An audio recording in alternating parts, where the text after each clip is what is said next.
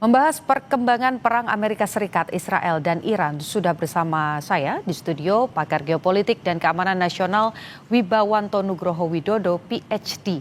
Yang pertama-tama tentu saya berterima kasih karena sudah berkenan untuk bergabung dengan Kompas TV dan hadir langsung di studio. Mas melihat upaya damai ini berarti kali kedua begitu ya disampaikan, pertama secara langsung oleh Presiden, yang kedua disampaikan oleh Jimli Asidiki yang bilang bahwa Presiden ingin mengambil peran sebagai juru damai, mediator. Bagaimana Anda melihat ini? Ya, jadi dari perspektif Indonesia sebagai middle power, apapun yang dilakukan oleh Presiden itu tidak lepas dari foreign policy. Tidak lepas dari postur foreign policy Indonesia. Yang ada 6 elemen di situ. Yang pertama adalah strategic orientation-nya. Jadi apa yang menjadi tujuan dari foreign policy Indonesia? Mau menjaga status quo atau merevisi dunia atau menjaga stabilitas. Itu satu. Yang kedua, apa yang menjadi ancaman menurut perspektif Indonesia sebagai middle power yang dipahami oleh Pak Prabowo. Yaitu menurut saya ancaman yang paling bahaya adalah jika terjadi instabilitas di kawasan Indo-Pasifik. Ya, karena impact-nya akan kemana-mana. Dan yang ketiga adalah instrumen apa yang akan digunakan oleh Presiden Prabowo untuk menjalankan foreign policy posture ini dalam menghadapi spesifik isu ini. Apakah itu diplomasi, ataukah militer, ataukah intelijen, atau ekonomi. Nah, kelihatannya yang dikedepankan adalah diplomasi, walaupun militer disiapkan untuk menjadi pasukan yang akan forcing the peace di wilayah Gaza, dan juga di wilayah Iran, ya, Gaza, dan negosiasinya dilakukan di Iran, maaf ya. Dan atau diplomasi ekonomi yang harus dimainkan untuk mengamankan jalur energi itu ya. Yang berikutnya adalah sikap Indonesia. Di dalam internasional politik itu kan ada 3 posisi yang bisa diambil pilihannya. Itu adalah bandwagon, kita ikut salah satu kekuatan besar. Yang kedua adalah balancing, yang ketiga adalah hedging. Nah, yang diambil Indonesia adalah hedging karena Indonesia adalah bebas aktif prinsipnya. Nah, di sini kita harus mengimplementasikannya secara konsisten ya, dan dengan sehingga menimbulkan kredibilitas. Nah, signal yang dikirimkan juga harus jelas. Jadi Presiden Prabowo sudah menyampaikan niat baiknya ya sebagai aktor politik yang mewakili Indonesia di dunia internasional. Saya berniat untuk ikut mendirikan suatu kesepakatan bersama mendamaikan keadaan ini. Jadi yang dilakukan oleh Presiden itu secara realistis adalah membuka akses komunikasi dengan tujuan untuk meredakan konflik yang memang eskalasinya naik. Yang ketiga, kalau bisa idealnya adalah ceasefire.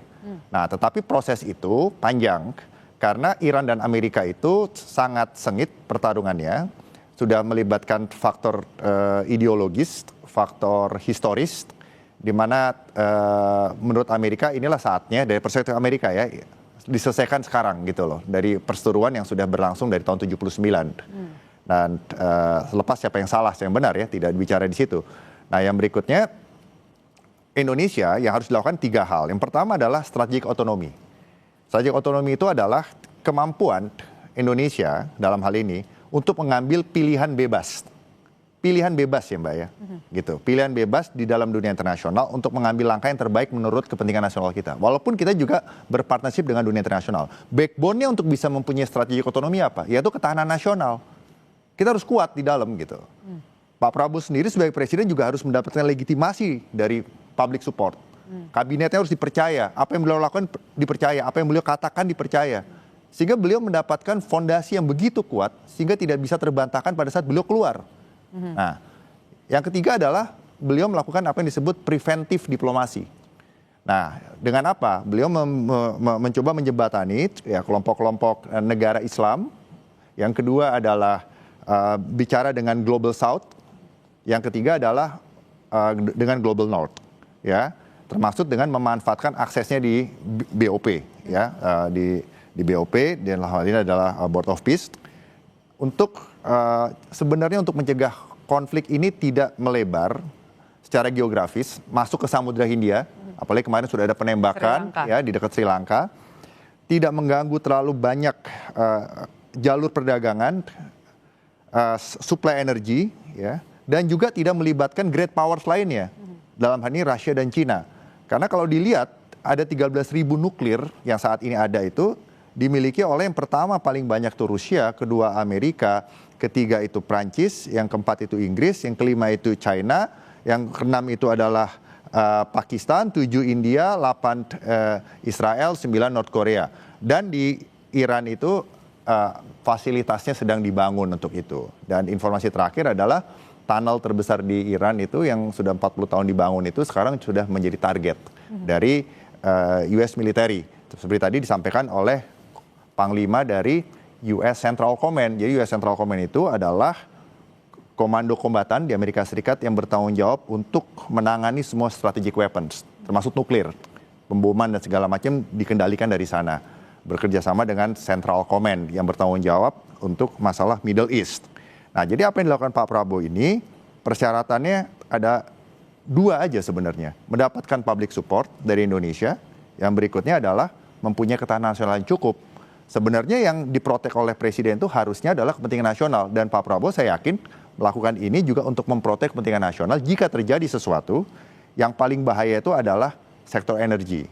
Selain instabilitas kawasan, ya, karena itu akan memunculkan juga yang namanya perang opini, akan terjadi juga radikalisasi yang menyebar kemana-mana, isu yang liar, ya, sehingga perang proksi di mana-mana karena great power sudah terlibat. Dan ini sebenarnya kalau kita lihat tidak lepas dari apa yang selalu saya sampaikan dari abad 15 sampai abad 20, persaingan antara ruling dan juga rising power itu dari 20 itu hanya 25% yang tidak berakhir perang gitu. Yang 75% berakhir perang terbuka, ya. Jadi selama itu belum terjadi perang terbuka, yang terjadi adalah irregular competition. Ya, perang seperti api dalam sekam di dalam international politik, dan lama-lama itu akan mengarah kepada naked warfare gitu. Nah, yang terjadi sekarang ini fakta menunjukkan bahwa anggaran militer di dunia adalah yang terbesar sejak era Perang Dingin, 2,7 triliun US dollar, ya. Jadi ini paling besar. Ini bukti bahwa akhirnya permasalahan-permasalahan yang dulu diharapkan, ya, bisa diselesaikan dengan cara-cara yang liberalis based, institutionalis based, dan juga konstruktivis based. Akhirnya kembali lagi kepada realis based gitu.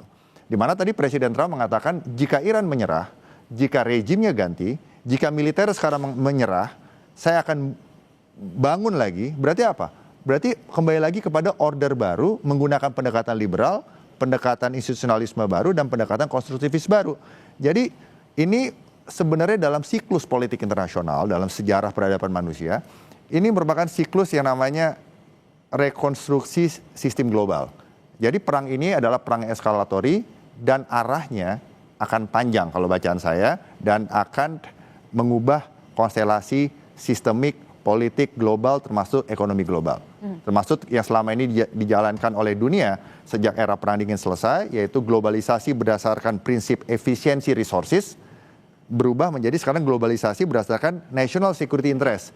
Jadi artinya kita nggak sembarangan. Mungkin kita mau investasi suatu negara, kalau dulu lebih resource efisiensi basisnya, sekarang karena keamanan nasional basisnya, kita tidak mau investasi situ. Oke. Nah, tapi gitu. kalau kita lihat, berarti kan ancaman terdekatnya adalah soal bagaimana ini meluas ketakutannya ya, meluas sampai ke berdampak langsung pada kita dengan adanya perang di Indo-Pasifik.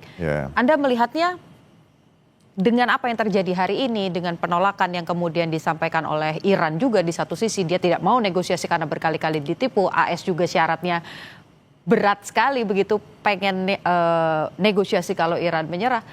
Ini berapa persen menuju meluas sampai ke Indo-Pasifik? Ya, jadi gini, jadi Amerika jelas arahnya, rejim harus berubah. Ya, pertama adalah militer dilumpuhkan, ya, sehingga perang yang sekarang terjadi multi domain warfare, darat, laut, udara, space, ya, nuklir juga, ya, cyber itu sudah mengarah, ya, kekuatan secara konvensional terlihat itu memang berat ke Amerika karena overwhelming kekuatan Amerika dan Israel, ya, dan doktrin perang Amerika adalah shock and awe, artinya adalah memberikan kejutan, memberikan solusi cepat, perang cepat selesai. Jadi American way of war gitu loh. Nah, tetapi dari perspektif Iran itu berbeda. Perspektif Iran ini ada yang namanya perspektif historis, ya.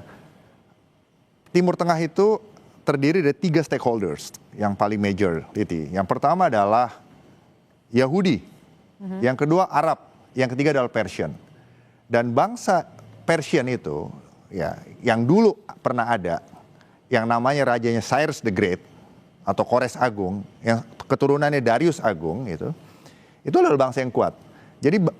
Jadi superpower ini kalau dirunut itu ada namanya Assyria kuno, Egypt kuno, Babilonia kuno, Persian zamannya Darius, terus Greece Alexander Agung, Makedonia, dan Roman Empire, sampai Ottoman Empire dan American, dan yang Iran ini menempati wilayahnya Persian dulu. Tapi semangatnya besar. Mereka juga mempunyai mentality yang kuat. Sehingga walaupun militarily mereka kalah, mereka masih mempunyai kekuatan proksi lainnya, misalnya Hizbullah, misalnya milisi di Irak, misalnya di Yaman. Artinya dengan dua sudut pandang yang berbeda itu, perang ini mungkin akan berlangsung lama? Mungkin berlangsung lama.